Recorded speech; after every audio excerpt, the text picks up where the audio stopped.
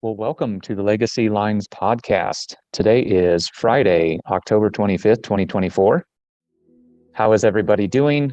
October is closing out very, very quickly. 2024 is closing out very, very quickly.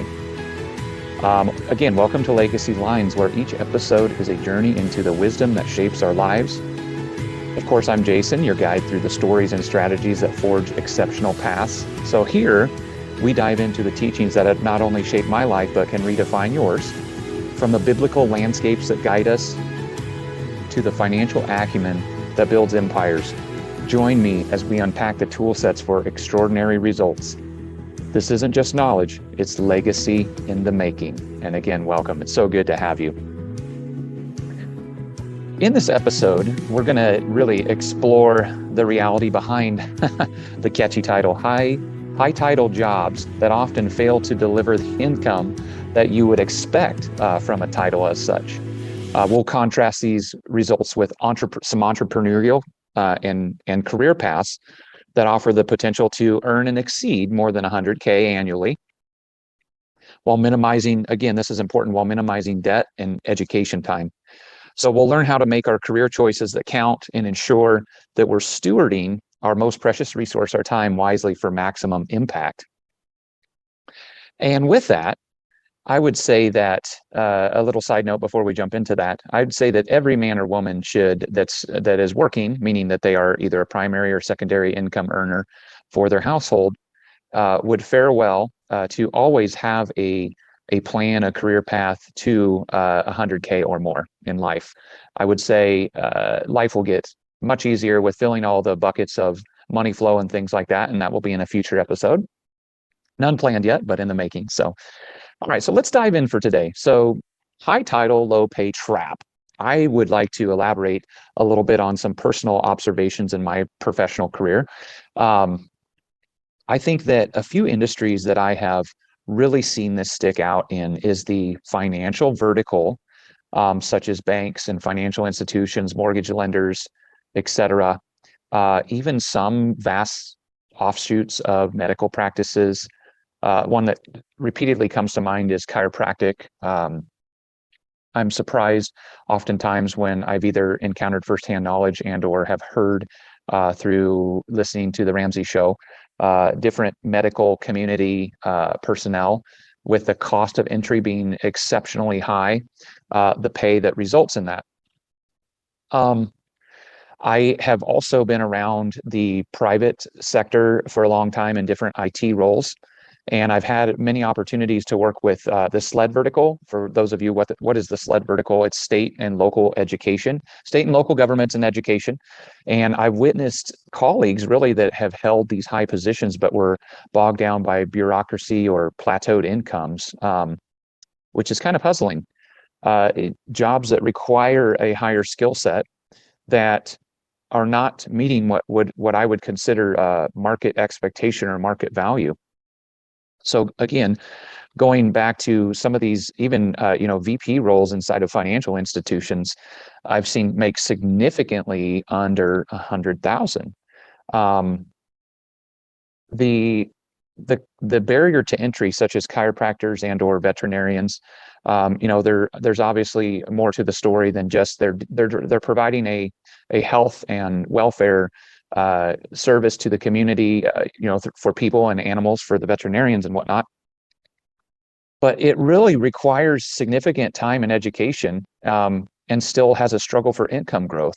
And I should qualify. I would qualify both of those in when you are not an entrepreneur of a veterinary clinic, meaning you own the practice, or a chiropractor, meaning you own the practice.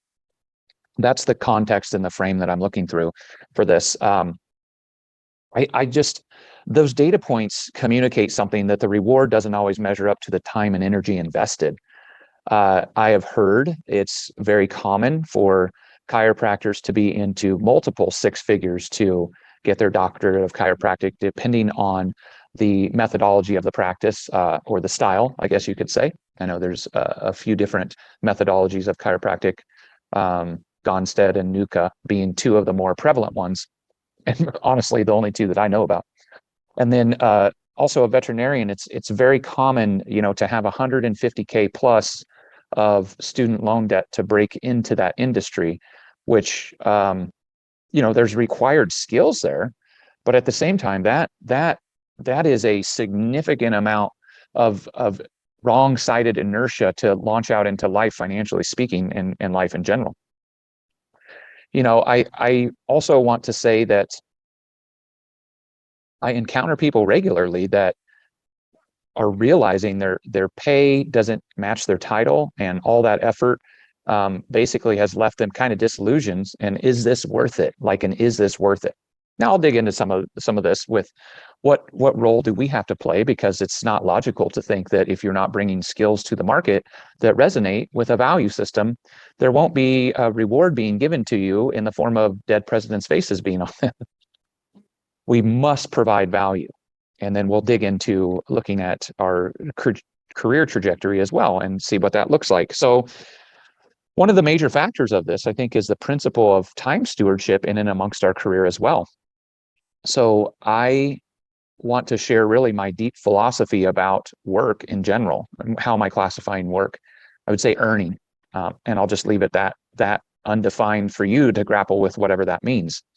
I'm a single provider in my household, and so I look at that as earning. And that earning can be broad, as I've already stated, but I've developed a framework around that I want to give away and have you wrestle with it if you so choose.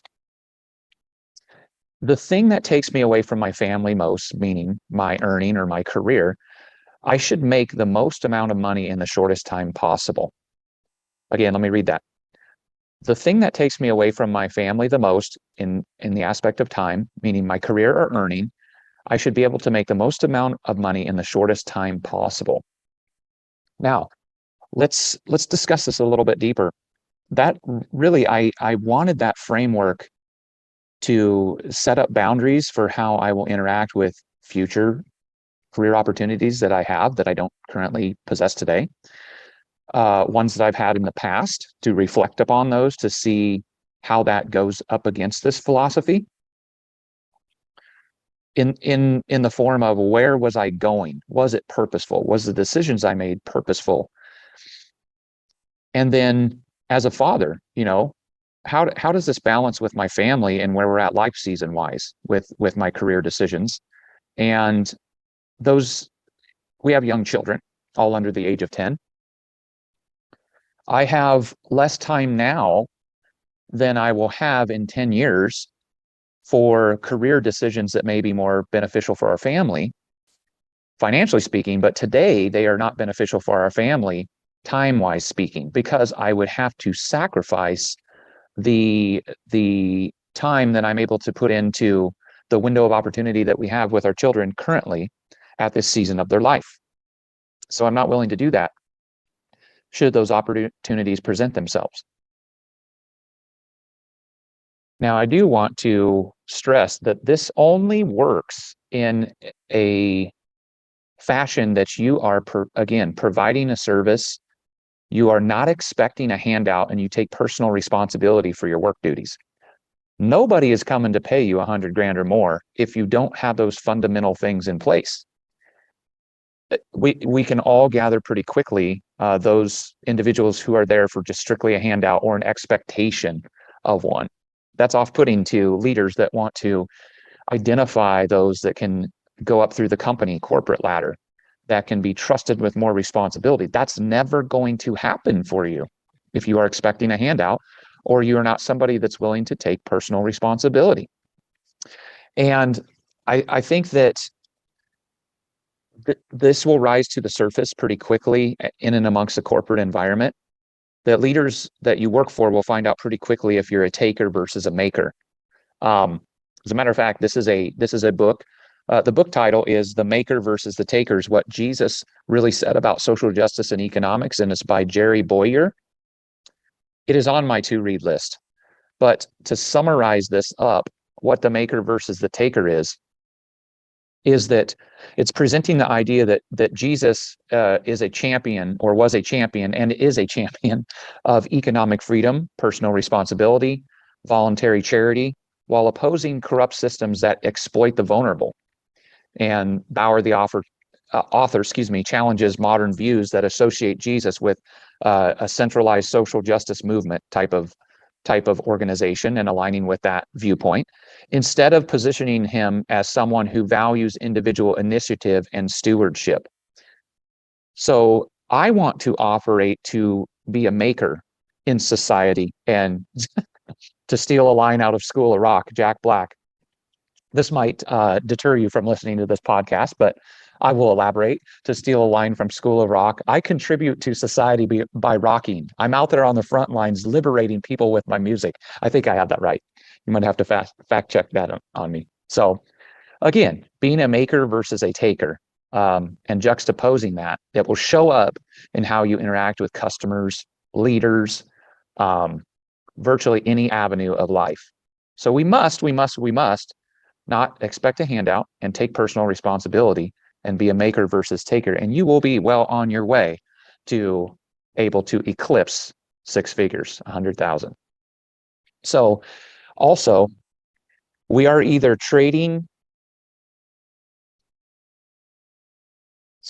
we're going to be also trading our time for high value transferable skills that we possess, or top tier decision making skills for higher paychecks.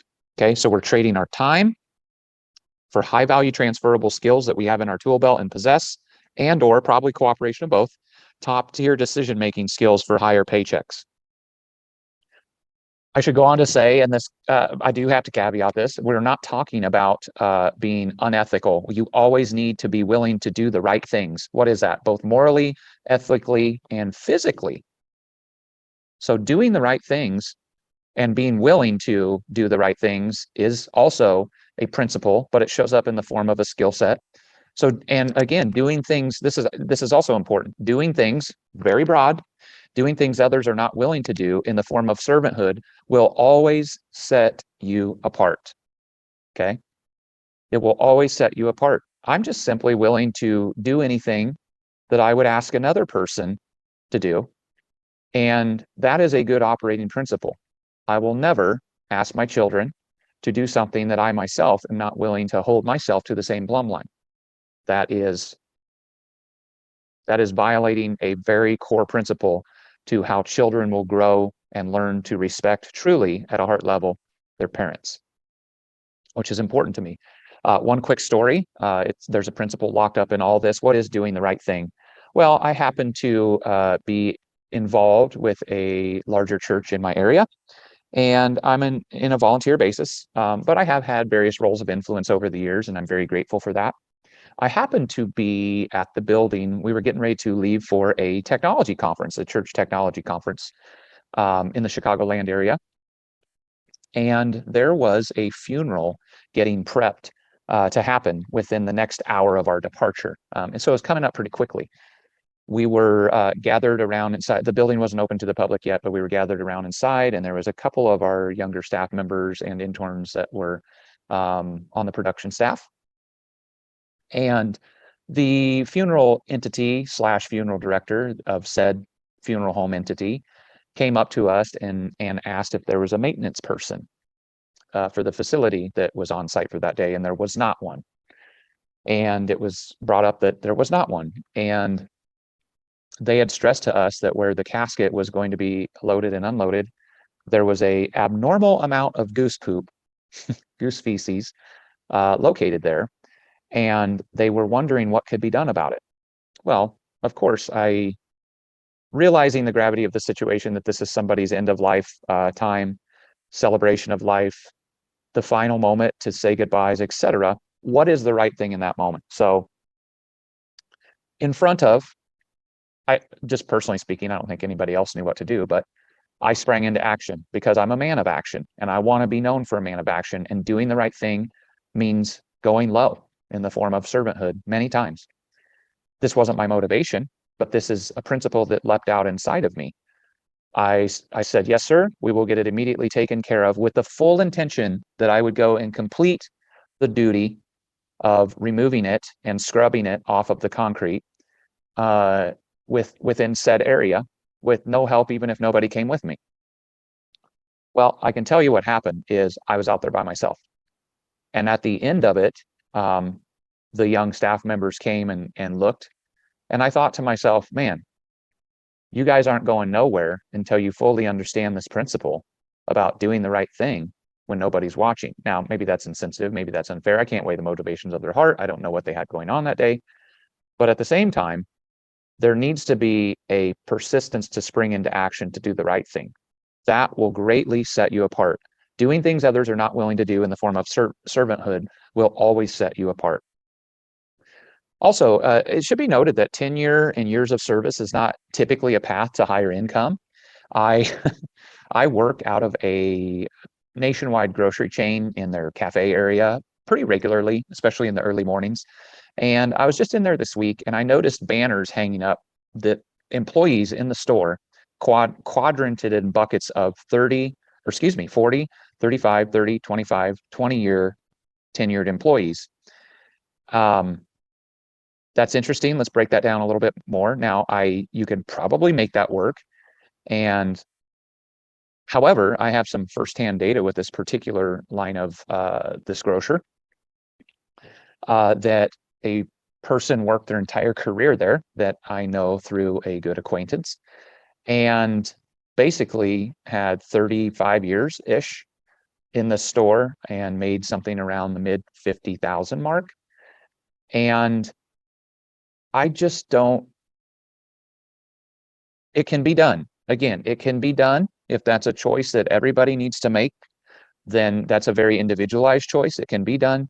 But I personally am not going to put my hand to something that doesn't have the maximized earning potential for the number one thing that takes me away from my family most. Again, the thing that takes me away from my family the most, my career, should make me the most amount of money in the shortest time possible. And tenure and years of service can actually be a deterrent to not have a path to higher income. I personally have chose to use the 4 to 5 when I'm working a W-2 job. And I'll share more about this in a couple sentences here. I have personally operated by the rule of about 4 to 5 years. You can make a great impact and learn the business and establish strong working relationships in that time frame to then build up your portfolio of transferable skills. I keep using that, transferable skills. Transferable skills, very, very important. So again, that 4 to 5 year mark, I feel like is a good rhythm. So getting into a little bit of what that rhythm has looked like for my life and sharing a couple of examples. So I was offered a role with a prestigious title. This was a sales role of account executive for an organization in the technology industry. And this role, it came about me in a weird fashion that we don't have time to get into today. But it as I realized through the course of kind of crunching the numbers and working through what the detailed compensation plan would look like, the time that I would have had to put in and to be on the road and the stress that a sales role can have in a disorganized company, it would not have added up to the effort I would have needed to put in. So what happened? I worked there 4 months. Even if I just would have blown my number out every single month, they call it blowing your number out. What is that? You have a quota in sales roles. You have a base salary. Typically, I'll just use a simplified example. You have a base salary, and then you have a quota that has, percentages allocated with payouts. The size of deal equals such and such compensation. The length of term sometimes equals compensation. The customer base you build up sometimes equals compensation. There's a lot of creative ways it can be structured, but for sake of this discussion, we'll just leave it as base salary with a quota number that you want to attain 100% of your quota sales goal. Even if I would have blown my number out every month, that high water mark, it was just not worth it to me.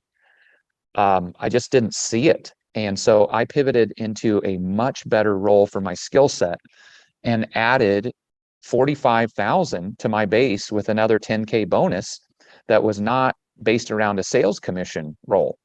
And I absolutely just thrived in that role in that organization, which allowed me to gather many more transferable skills and now has allowed me to then take another position to effectively double my salary from where I was at taking that role. And I look to do that probably one more time, another salary doubling before the end of my career. So that time window of that leaving that company and the salary doubling, what does that look like over the time that I'm learning more valuable skills, getting exposed to different business nuances, emerging technologies that I'm learning about and becoming an expert at? That was a 7 to 8 year window. So if I take today and say, what was half of my salary today? When was that time? That was 7 to 8 years ago, which ironically was around that same time when I left that organization that I was an account executive at, that the time and effort would not have been worth it. And I walked into that new organization and found that my skill sets were a great fit for some other opportunities inside there. And the rest is history, so they say. Also, I've also learned, this quote that I think is valuable. That I'll just read it. I've learned that titles aren't enough. They don't tuck my kids in at night or pay for future dreams. Okay. I've learned that titles aren't enough. I don't care about a title. Like, keep your title. Give me the money. Show me the money, so to speak, because that's why I'm there. I'm there it's a buy mutual exchange. Again, I want to be a maker versus a taker. I want to have transferable skills that add value in the market. I'm not going to access any of this without those. But at the end of the day, keep your title, give me the pay. Now that's the quote right there. Keep your title, give me the pay. I don't even need a title if the pay is great. So, okay, so let's look at some different paths. So let's look at some lucrative entrepreneurial paths. So some personal examples that I have. I want you to dive into this idea of being your own boss. And this principle is not a W-2, a 1099, or a solopreneur with a solo 401k, or a business owner that has employees. I want you to dive into the idea that you are your own boss. And this principle is important to treat every single job and role that you take it like you're an owner. Okay. This is what makers versus takers do. Treat every single job and role you have like you are an owner. If you're responsible for budgeting, be a fiscally, hopefully you have your personal finances in order. And so that behavior should carry over to how you treat the corporate budgeting or spend the corporate money. You should be a fiscally responsible person on whether it's your money or not. That's stewardship. So starting a business or freelancing has the potential to bring in higher earnings, often with less formal education, especially now this world that we live in, the information age where knowledge abounds. Those who take it and do it are rare. The gap is not created by the lack of knowledge. The gap is created by people who do things with what they acquire, with the knowledge that they acquire. So I do want to call out that I've personally been self-employed for around 7 to 8 years, ironically, of my total career over some of these paths. So I think I can provide value and give you perspective on what some of this looks like as well. So let's talk about some categories here, and then we're going to finish up. So we can look at either freelance sales or technology consulting. We're leveraging a skill in both of these things from a sales and marketing perspective. And both of those are some of the highest paid categories of not only roles and positions, but skills you get handsomely rewarded for, sales and marketing. So it's an astonishing list of people that I've worked with that in the sales department that have turned these types of gigs, if you will, high ticket sales into lucrative freelance careers. And now we're in an information age as well that you don't even have to be in proximity, geographically speaking, to work as a technology consultant, to work as a freelance sales, to wholesale some type of a product, etc. The possibilities are endless. I'm not going to dive down into this one too much, but we'll talk about real estate wholesaling. A simple explanation of how that works is you're just finding undervalued properties and quickly flipping the contracts for profit without needing to invest large sums.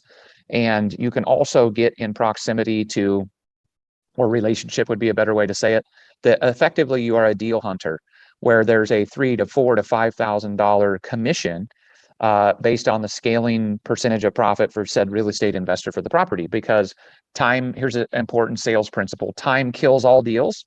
So if you're in the position of a real estate property investor, what you don't have is time to wait on a great deal. So you want those feelers out there in the form of a real estate wholesaler or somebody looking for those deals for you far and wide, talking to people, looking for "we buy ugly houses" signs. That'd be the output of this.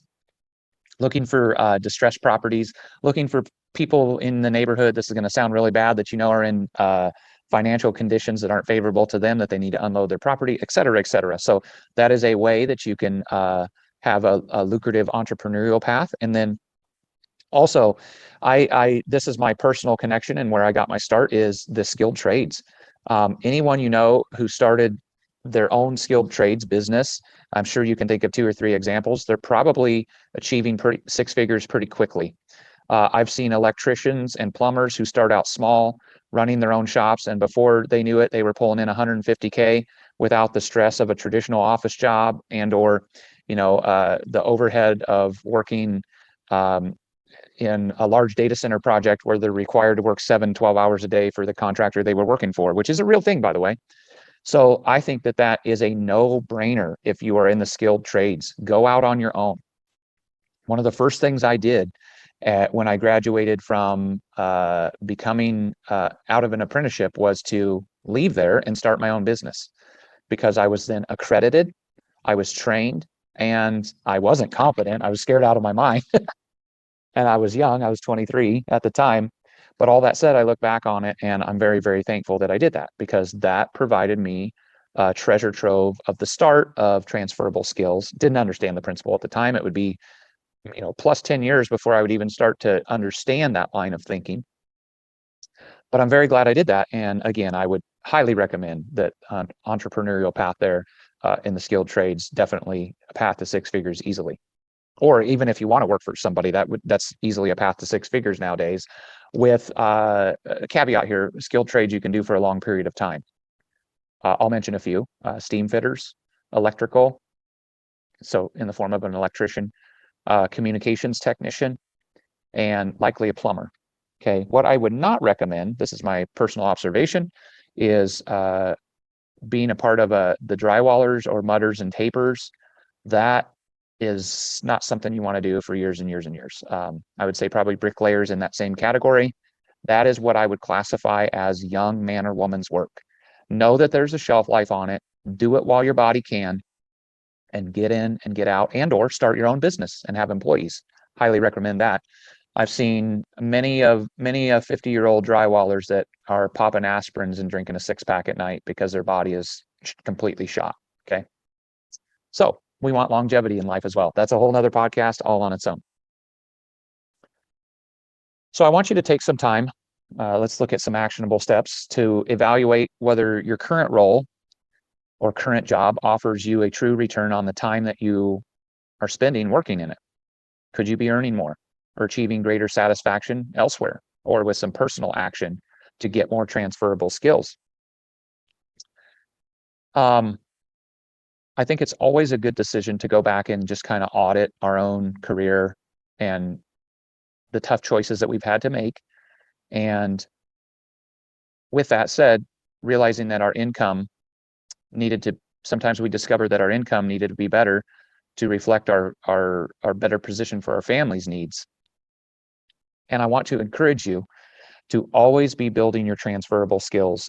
When Ken Coleman from Ramsey Solutions, when he talks about transferable skills, he refers to abilities and proficiencies that you've developed in one job or role that can be applied in a different career or job. These skills aren't really limited to a specific role or industry, but they can be carried over to various professional settings. And I've talked about a few of these already in the course of this podcast, and it will continue to be a big theme because I believe in it. So, for example, skills like communication, problem solving, leadership, time management, and collaboration, basically those are considered transferable because they're useful across multiple fields. Everybody, if you excel at these, you can apply that to said business or said customer interaction.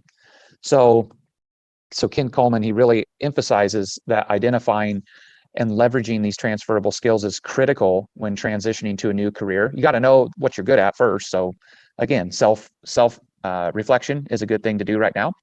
And so by focusing on these abilities, people can more easily just move into roles that align with their passions or callings. Or if they don't have direct experience in that field, they can pivot because they have these strong, powerful, transferable skills. So your past work experience and skills, they are valuable, even when pivoting into a new career path. I'm always reminded of this picture in my mind when I'm thinking about this principle is I'm on a ladder. I got a giant tool belt on. Because I have a giant tool belt on, regardless of what I'm working on this ladder, I can pull out said tool because I have said tool. I look at transferable skills in that same fashion. So I could not agree more with that. Obviously, you are continually able to better your professionalism in every place you put your physical foot to or your digital foot. So you can always become a better professional, operating by the golden rule, choosing good follow-up, et cetera, et cetera.